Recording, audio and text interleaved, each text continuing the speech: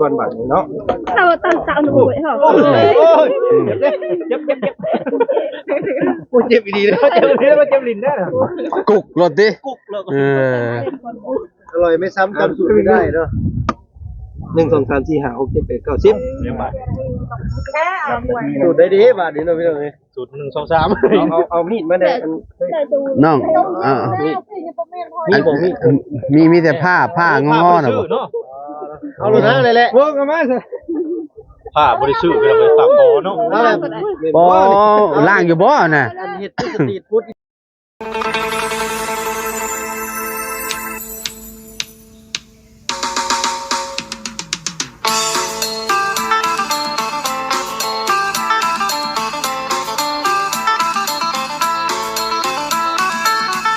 พี่น้องเนาะกราบสบายดีและสวัสดีอีกเทื่อนึงเด้อพี่น้องเด้อเนาะ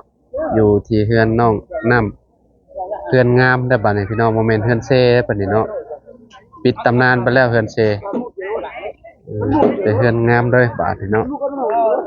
ทางสร้างแหล่เพิ่นกำลังปรับตีนเสาอยู่พี่น้องเนาะ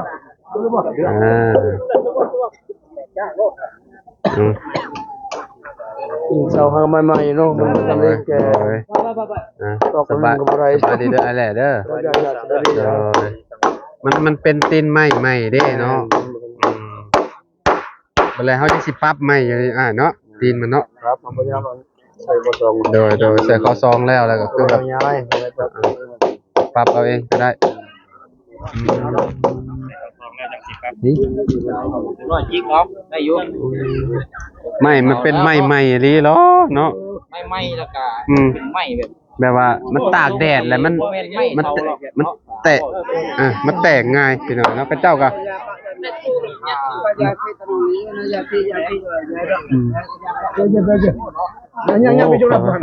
แต่เป็นไม้แดงไม้ยังนี่แห้งโอ้ยสุดยอดแล้วอยู่เป็นร้อยปียังบ่เป็นยังเนาะเป็นเสาไม้แดงไม้แบบว่าไม้แก่นเลยพี่น้องเอ้ยเนาะเชื่อได้จ้ะอันนี้ไม้โอ้ยพี่น้องเอ้ยเนาะจักไม้ไปช่างมายาก็อย่ามาเฮ็ดเนาะทุกข้อยักษ์เอ็นเลยว่าอีเลยสมุอยู่นั่นยักษ์ว่ากันคุณตอบใครเป็นตัวจะเราเราคุณเอาเรื่องนี้ถ้าไม่จะบอก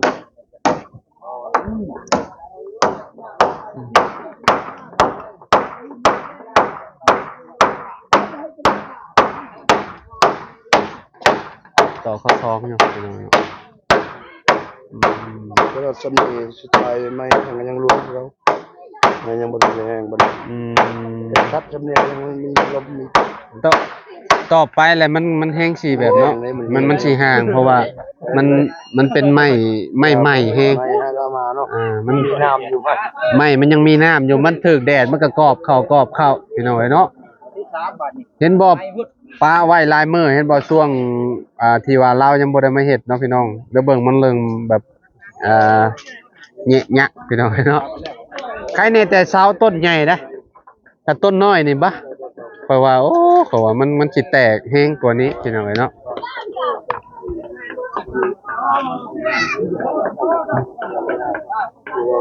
ใครเนี่ยพี่น้องใครเนี่ยได้ยกขึ้นแล้วพี่น้องเนาะเอาได้ประกอบใช่แล้วมันก็สิใครกว่าตอนเอานอนไว้อยู่เนาะไม่ก็ได้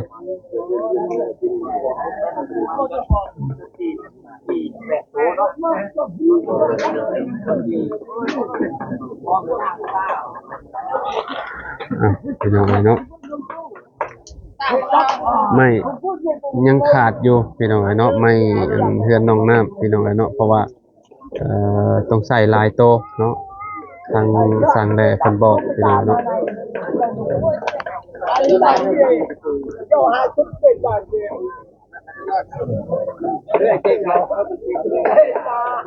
คือก็ได้แบบอยู่ได้เนาะเพิ่นน้องน้ำเพิ่นเนาะมันก็สิบ่ต่ำปานใดพี่น้องเนาะมันเวลาเฮาเข้าไปข้างในเนาะบ่ต่ำหัวบ่ซนหัวเนาะประมาณเม็ด8นี่แหละพี่น้องเม็ด80เนาะจากหน้าดินขึ้นเทิงพี่น้องเนาะเฮานี่เม็ด6เม็ด64 ก็ยังบ่ซนดอกพี่น้องเนาะยังได้อยู่นี่พี่น้องเนาะนี่เนาะหลังจากนี้พี่น้องเนาะมาใส่หัวเฮาประมาณ2ของมือเนาะพี่น้องประมาณนี้เนาะเพราะว่าเสียงอ่ะคือแบบบ่ซนดอกว่าเสียงก็ได้เนาะทางนี้ชาวบ้านอ๋อเป็นพากันซอยลาบสิ้นอยู่พี่น้องเนาะ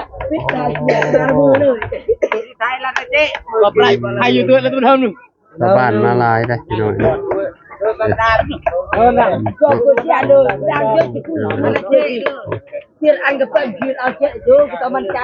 ประมาณนี้แหละพี่น้องเนาะโดยสบายดีเด้อโดยพอดีว่าทางวันจันทร์บอกสร้างเพิ่นแล้วเมื่อวานนี่ว่าสิให้ปิดหม่องนี้นะ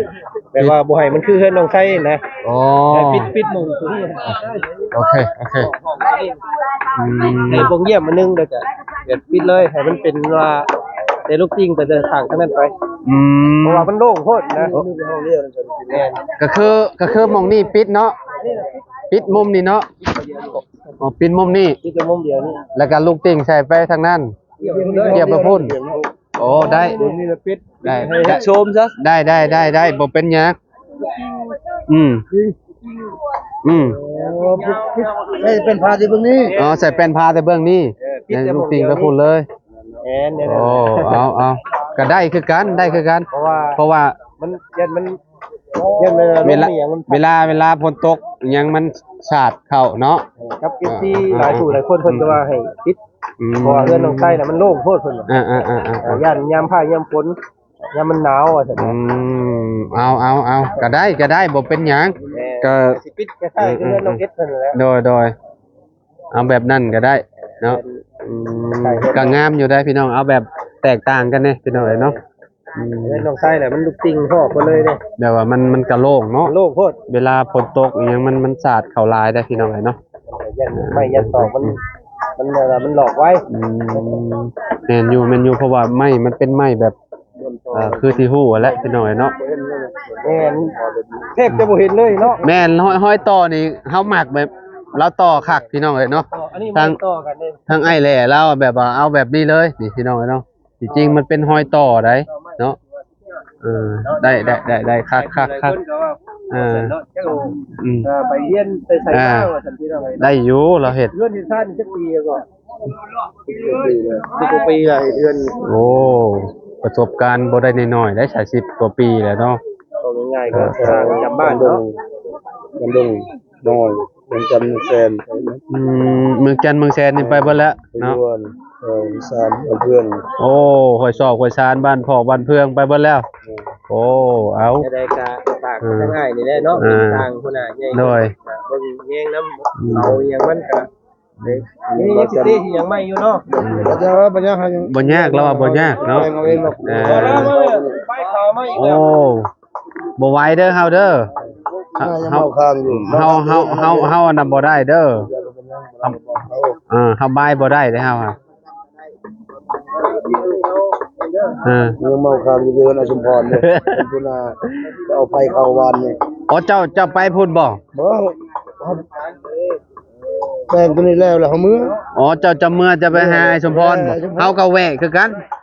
เฮาไปช่วงประมาณจังโมงแล้วเฮาก็มาหาชุมเจ้าเด้รอยัน12 โมงเมื่อคืนบ่ไหวเด้อพ่อเด้อบ่ไหวแล้วเป็นกระเพาะอยู่เป็นกระเพาะอยู่เฮ็ดชานำกันให้จับสบายให้อยู่ดีมีแฮงจ้ะเนาะพ่อเนาะอยู่ดีมีแฮงเด้อเอาอยู่กินนำกันโดย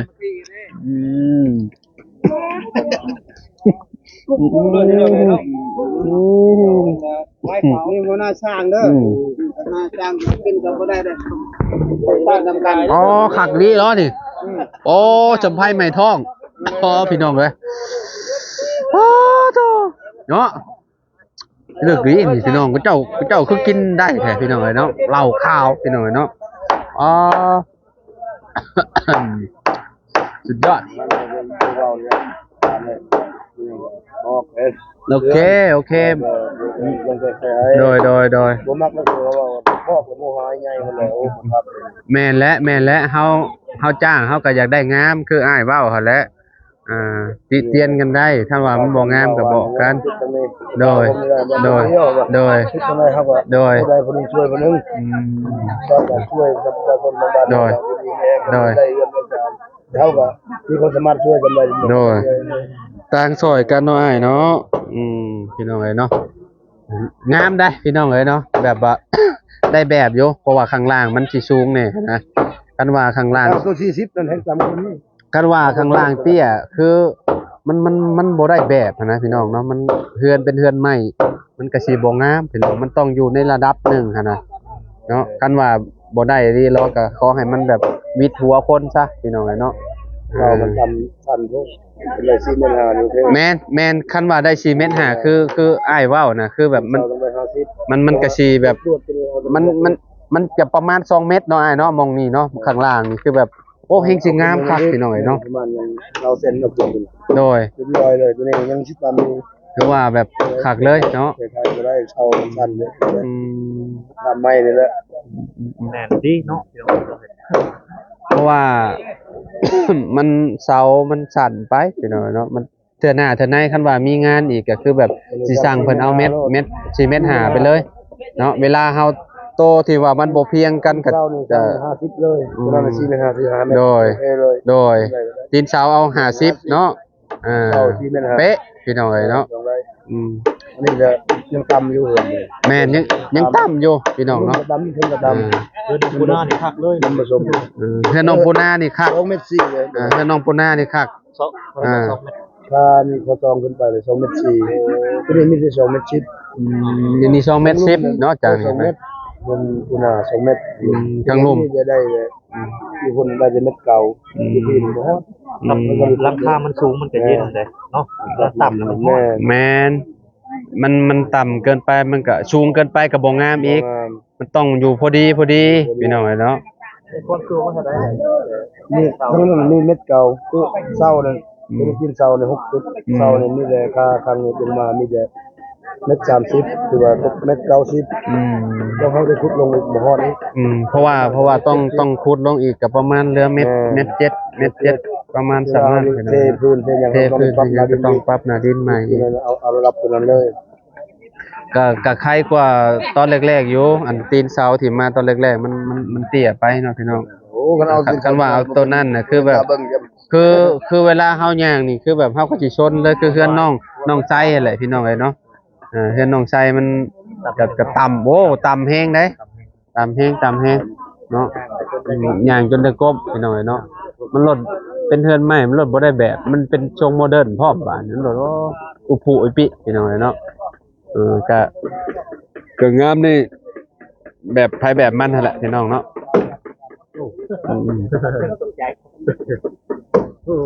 พี่น้องเนาะทางนี้ก็ยังปกเปกอยู่เนาะยังบ่แล้วอยู่พี่น้องเนาะผักลาบปลาพี่น้องเนาะพี่ทางนี้ผู้เฒ่าผู้แก่เนาะโอ้พี่น้องเนาะได้มาเบิ่งพี่ก่อนบาดนี้สบายดีเด้อโอ้ยโอ้สิเอาไปปูรถพอไปปูมองนั่งกินข้าวแหละเนาะโดยไปเนาะสาวเพิ่นเนาะบ่น้องน้ำบ่สบายดีเด้อโอ้ตำแล้วบ่หุงน่ะยังบ่งานท่าเบาจันอยู่มาเอาลงมารถซะบัดนี้เนาะสิตำพร้อมกันเลยเด้นี่เนาะตำดูแลเนาะพี่น้องเอ้ยเนาะโอ้เพิ่นขูดแล้วเรียบร้อยแล้วเนาะพี่น้องเอ้ยเนาะต้องเอานี่เด้นี่เนาะแม่นแล้วพี่น้องเอ้ยเนาะตอนนี้สิลงมือตำบักหุ่งเซฟจันพี่น้องเนาะโอ้หมักพริกนี่พี่น้องเอ้ยเต็มกกเลยเนาะฮะเป็นตาย่านบ่น้องบ่เผ็ดบ่นี่บ่เผ็ดดอกอายุไผหลายซำนี้น่ะบวกกันนะอันนี้เนาะบวกกันเบิดแล้วแต่มึงหลายคนเลยหลายคน อะไรผมใหญ่เพื่อนน้องใต้เนี่ยคักแล้ว โอ้คักปันยังเลยโดย แล้วว่าเนาะตำมะฮุ่งมีหลายอย่างได้มื้อนี้เนาะลาบหมู ลาบหมูลาบปลาบ่ แล้วก็ต้มผักก็มี ตำมะฮุงก็มี มุกไก่ก็มีตำมะฮุ่งก็มีมานี่พี่น้องเอ้ยเนาะโอ้สิมื้อเลยมึง ให้เกือบไปงัวยันมัน ฮะ แบบอะไรแบบ มีแต่น้ำตาลบ่ใส่แต่น้ำ เซ ตาลอยู่ เซตเซตปลาแดกเป็งนัวน่ะ เด้อยู่ก็ละเห็นแล้วเนาะ นี่ปลาแดก ล้น อ๋อ เกือบไปงัวก่อนอายจะได้ยันนั้น เอาเป็งนัวใส่ก่อนเอาเกลือใส่น้ำหาเป็งนัวเหรอโอ้เป็งนัวอยู่คนละแห่งละหน เป็นนัวคนใส่เดียว ผักปกเป็ดเลย เป็งนัวใส่อีกโอ้ ไปดีเนาะ บ่เป็งนัวอันยี่ห้อหยังกันนี่ฮะ เป็นงัวเวียด โอ้เป็งนัวเวียด งัวเวียดเนาะ อ๋อโอ้ โอ้ย โอ้ ยันมันเข้มไปแดกอันนี้มันเข้ม เอา เด้งสันล้านอยู่พี่น้องเลยเนาะ เบะเบะเมื่อเยี่ยมจือ คกมีจักอันก็คกแล้วนี่ อันเดียวบ่ อันเดียวบ่ อันเดียว เดี๋ยวชาติบานอย่าได้อันตัวเฮ็ดไล่เลยได้อันประเทศนี่ได้ยินเด้อลุงเด้อ เอ้ยจะดีนึงนะเอาอีกปกนึงแบบว่าจัน เอาอีกนี่บ่ นี่เราจะไปยืมของเขา เอาสีใหญ่ๆนะโคกนะ ตะปานพูดตื่นเนี่ยไม่ตะปานพูด โคกสีใหญ่ๆเนี่ยเด้อเอาแบบว่าตำรอบเดียวหั่นนะตำหลายรอบแล้วมันสิรสชาติมันสิบ่คือเก่าบ่คือเก่า เดี๋ยวไปพ่อ พี่น้องเอ้ยสิออนแต่บักพริกนี่แหละค่อย สามวินบาทเนี่ยปกเป็น3 วิน เด้อ โอ้โอ้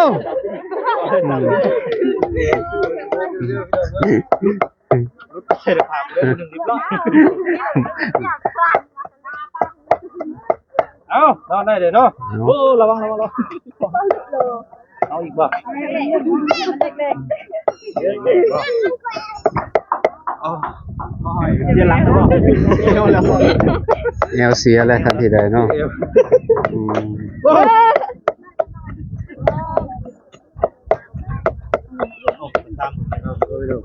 ทางนี้กับทางนั้นไปเสียได้ โอ้โหนี่กว่า เบ นี้ อร์เลยเบอร์เลย โอ้ยเมื่อยยันตั้มเนาะเมื่อยยันโค้งขาโค้งขานี่แหละเอาลองเบิ่งกันที่มือฝั่งนี้กับฝั่งนั้นอันใดที่ไปก่อนกันเนาะทางคุณกับปลอกอยู่แม่นบ่บ่ได้ยอมแพ้ได้ทางไหนก็ได้ ทางนั้นก็บลบอยู่พี่น้องเอ้ยเนาะโอ้ผักลาบพี่น้องเอ้ยเนาะ แล้วมีหมูได้หมึกพริกหมูหุ่มนี่เนาะ มื้อฮูมบ่เบิด หมูหุ่มหมู ต้องได้ตำ2 รอบ3 รอบผมยังไง ปรุงก่อนบัดนี้เนาะ เราตั้งเสาหนูไว้เหรอ โอ้ยเจ็บโอ้ยเจ็บดีเลยเจ็บลิ้นแล้วเจ็บลิ้นได้ กุกรถดิอร่อยไม่ซ้ำจำสูตรไม่ได้เนาะ1 2 3 4 5 6 7 8 9 10สูตรได้ดีบาดนี้เนาะพี่น้องเอ้ย สูตร1 2 3เอามีดมาได้อัน น้อง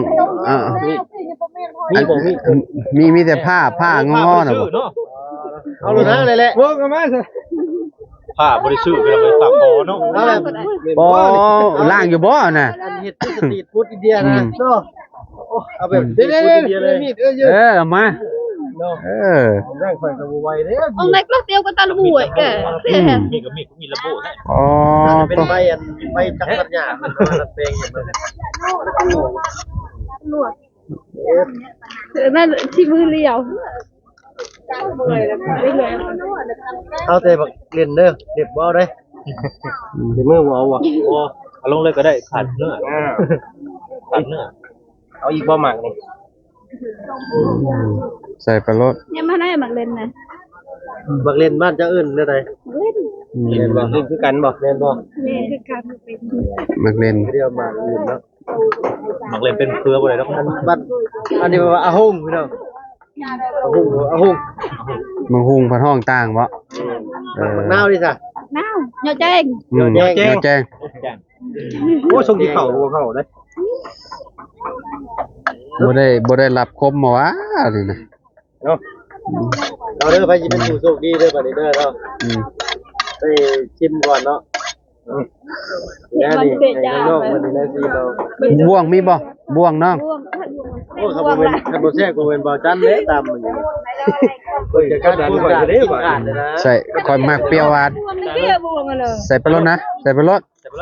ลย เออ จับไปเลย เอออืม แรง ขาดนะเดี๋ยวนี้เป็นขาดตามไม่กินขาดเลยเด็กเด็กนึงเนาะ ใส่ไปอีกพูดกันแล้ว ใส่กินไปกินมาคุกความบ้านโตเนาะ โอ้ไปเบียจีไฮต้องเกิดไป พี่น้องเอ้ยขักปัญญา พี่น้องเนาะ กลิ่นหอมกุ้ม แสบเป็นเบาจันนะ ตายแล้วบ่นะ เขามั่ง กำลังได้ค่อยบาดนี้อันนี้ครับบ่ได้ยืนกดดันเราเลยนี่มายืนได้กำลังใจอยู่เลยนะยันยังป่านนิ้วมือก็แห้งเกี่ยงเนาะหยิบเลยโอ้โจ๊ะบานนี่บ้าบานนี่ไผเป็นเสกผู้สาวมือ เปลี่ยนโคกบ่ บ่อันนี้มาไทยแน่บานนี่ ไม่ใช่กำไม่กันตลาดมือก็จะไป บ้าน เนาะตัวนั้น เอาโคกกว้างนี่เปลี่ยนโคกไม่รอดแม่นมันจังตำได้หลายแน่มาบ้านนี้กินบ่ลงบ่เนาะปั๊บพูดออกมาดิคักแล้วบ้านเปลี่ยนโคกใหม่คือสิได้หลายอยู่บ้านนี่ มาเลยมาฮุบเลย ฮุบจะเลยน้อง ไป เด้อจะให้เสียชื่อเด้อคนกำมีลีลาคนห้อยกับมีลีลาเด้อเลยขึ้นเป็นแบบว่าห้อยย่อยลงมาแต่ทั้งเป็นอะไร โอ้แดงอะไรแดงน้ำมักเล่นนะนี่นะบ่ได้แดงน้ำมักพริกหรอก บุ๋ยให้หรอกเห็นไหมทางกลางบุ๋ยให้ อ๋อต้อง ดองใหญ่บ่มีเนาะ อันน่ะครับที่ใหญ่บ่มีบ่อันน้องน้ำบ่วงใหญ่บ่มีบ่มันคนยากบ่วงน้อยน่ะ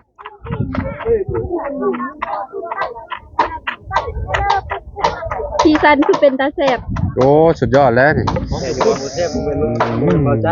เอาใส่อีกนิดนึงเนาะ ใส่อีกนิดนึงนิดนึงพอบ่เตรียมเฮ็ด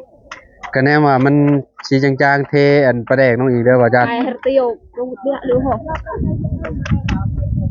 นี่จังเลย หงอกบ่น่ะจะได้น่ะมันหงอกน้อยนะ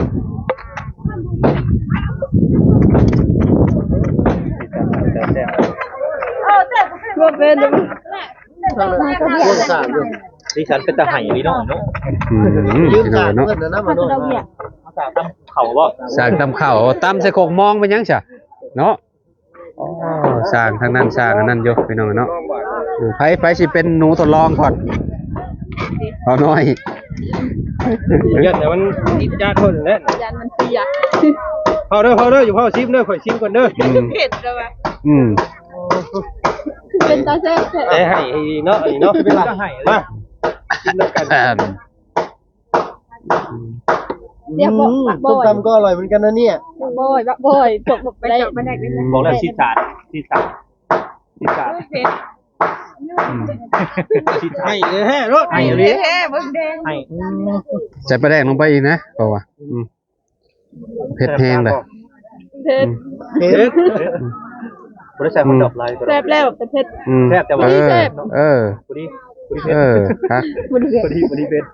เฮ็ดทางโอ้ยเฮ็ดนะไอ้ บ่ไผกินเผ็ดนี่นะคือแบบสามารถแบบอนาโลดผมไม่ได้กินได้หรอก เฮ็ดเว้ย เอาให้ลายเนาะ ตื่มเกือบไปงวยบ่ อายุไว้หน่อยกระดอกเดียวเอาไปนวดมาอีกเนี่ย ใช่เป็นนัวเนาะ พูดยันเนี่ยเราเล่มหาเมื่อกี้จะจับในมือแล้ว โอ้ พิ้วไปเบิดแหละ โอ้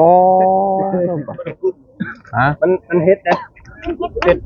เราไปแก้ด้วยตัวนี้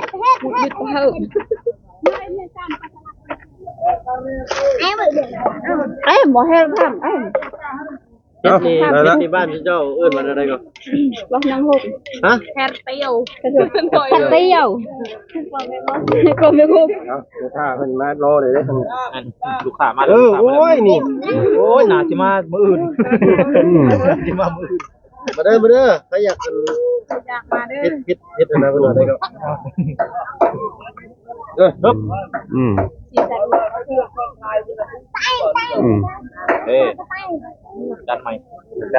บางคนเพิ่นกินบ่ได้นี่ยันอยากกันนายน จันใหม่ไปมาไอ้สาวๆเพิ่นคือทาง เอาได้พี่น้องเด้อ